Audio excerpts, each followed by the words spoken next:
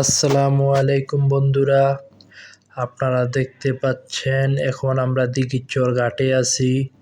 এই যে দিঘিচর ফেরিঘাট, দেখেন নদীর পানিটা আজকে কি সুন্দর লাগতেছে।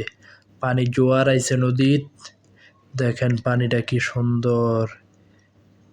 বিকালবেলা ঠান্ডা বাতাস, নদীর পাড়ে অনেক ভালো লাগতাছে। দেখেন নদীর পাড়ে কি সুন্দর, বিকালের আকাশে কি ঠান্ডা বাতাস। এখন অনেক মানুষ এদিকে ঘুরতে আইছে, কেউ ওপার যাবে। দেখেন নদীর পানিটা কি সুন্দর লাগতেছে। এখানে অনেকেই আছে, অনেকে ছবি তুলতেছে, অনেকে ঘুরতে আইছে, কেউ ওপার যাবে। জায়গাটা মোটামুটি দেখতে ভালোই। দেখেন অনেক মানুষ,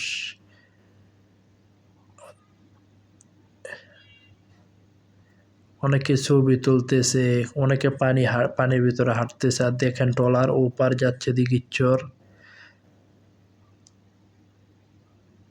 দেখেন পানিটা কি পরিষ্কার, কি সুন্দর লাগতেছে।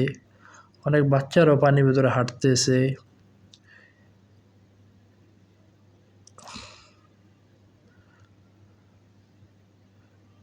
দেখেন দেখতে কি ভালো লাগতেছে জায়গাটা।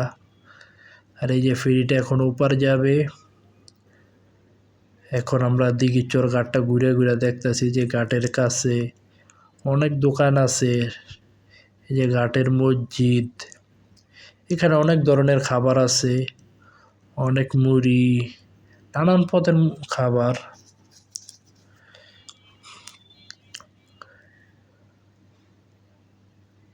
দেখেন খাবারগুলা কি লোভনীয় লাগতেছে।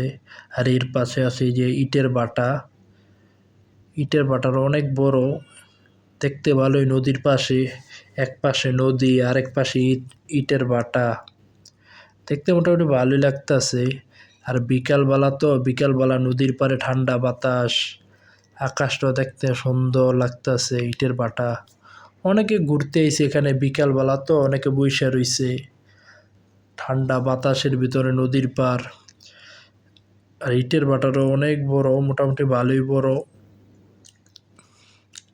দেখেন ইটের ভাটার এখানে অনেক মানুষ ঘুরতে আছে, অনেকে বইসা রইছে।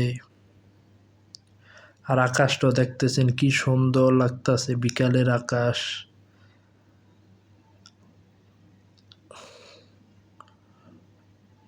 জায়গাটা মোটামুটি ভালোই। যারা আসতে চান আসবেন বিকাল দিকে, এসে একটু হাঁটবেন নদীর পাড়ে, একটু দেখবেন, দেখলে ভালো লাগবে, খারাপ লাগবে না। বা বিকালবেলা একটু সময় নিয়ে আসলে একটু বইসা থাকলেন,